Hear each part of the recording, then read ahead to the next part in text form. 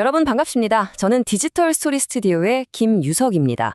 혹시 조선시대 국왕만을 위한, 그러니까 VIP 전용 레드카펫이 있었다는 거 알고 계셨나요?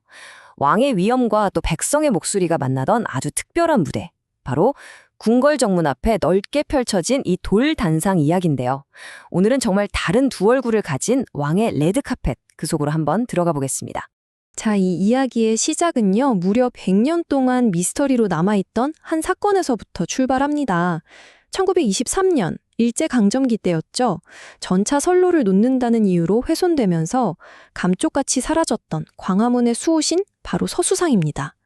다들 어디 갔을까 정말 궁금해했는데요. 와, 근데 놀랍게도 이건희 회장님의 소장품으로 호암미술관 정원에서 발견됐고요.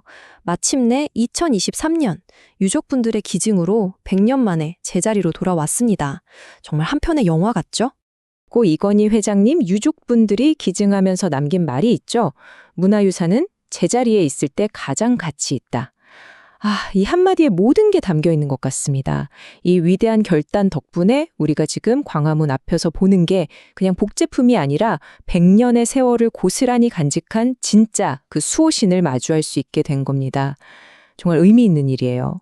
흔히 이 동물을 해태라고 많이들 생각하시는데요. 사실 역할이 조금 다릅니다.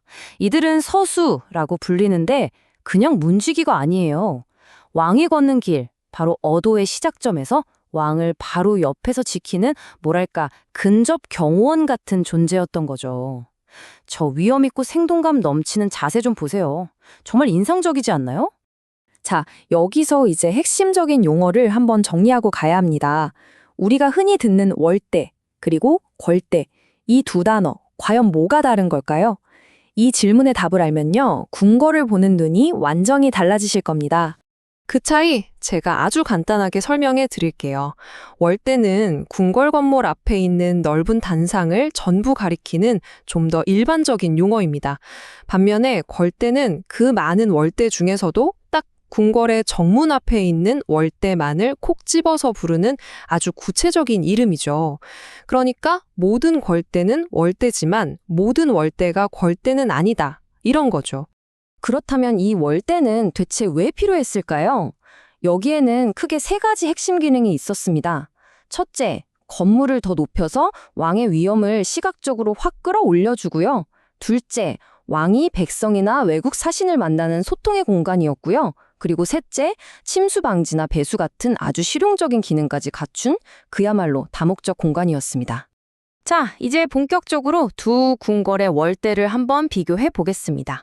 왼쪽은 조선의 법궁, 그러니까 국가의 메인 궁궐인 경복궁의 광화문이고요. 오른쪽은 왕들이 정말 사랑했던 이궁, 세컨드 궁궐인 창덕궁의 도남문입니다. 두 궁궐의 위상 자체가 다르다 보니까 월대의 모습도 완전히 다를 수밖에 없었겠죠? 우선 형태부터 한번 볼까요? 왼쪽 광화문 월대는 길이가 거의 49m에 달하는 엄청나게 큰 역 T자형입니다. 왕의 길, 어도를 길게 쭉 뻗게 해서 권위를 강조하는 거죠.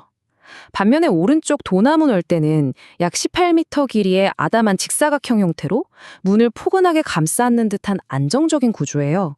벌써부터 규모나 형태에서 두 궁궐의 철학이 느껴지지 않으세요?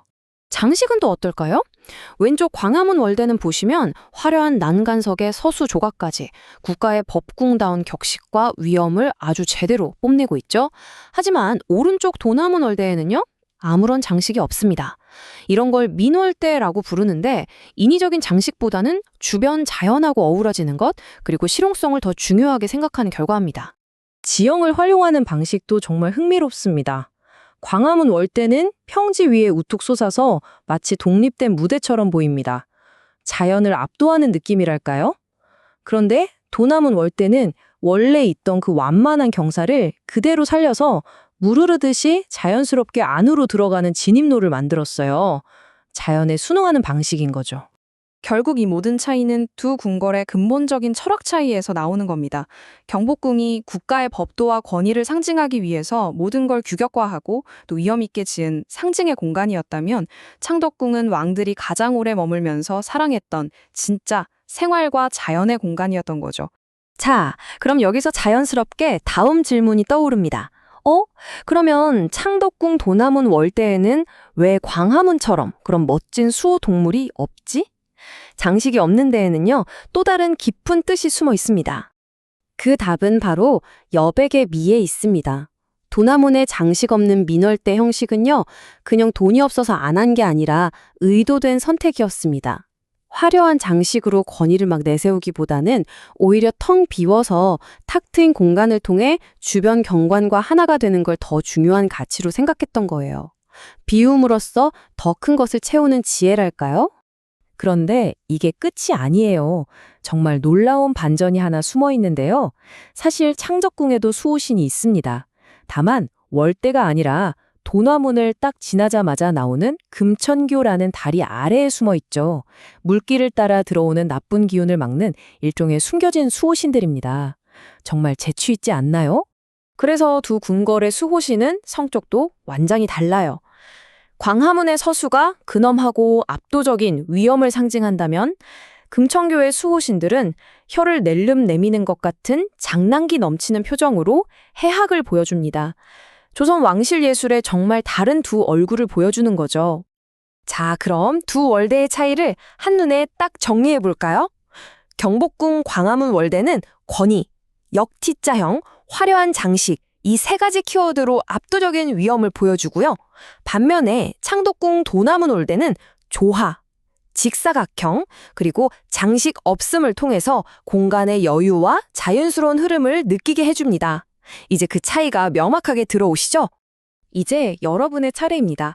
직접 두 궁궐을 찾아가서 한번 걸어보고, 느껴보고, 즐겨보세요. 광화문 월대 위에서는 이 나라의 위엄을 온문으로 느껴보시고요.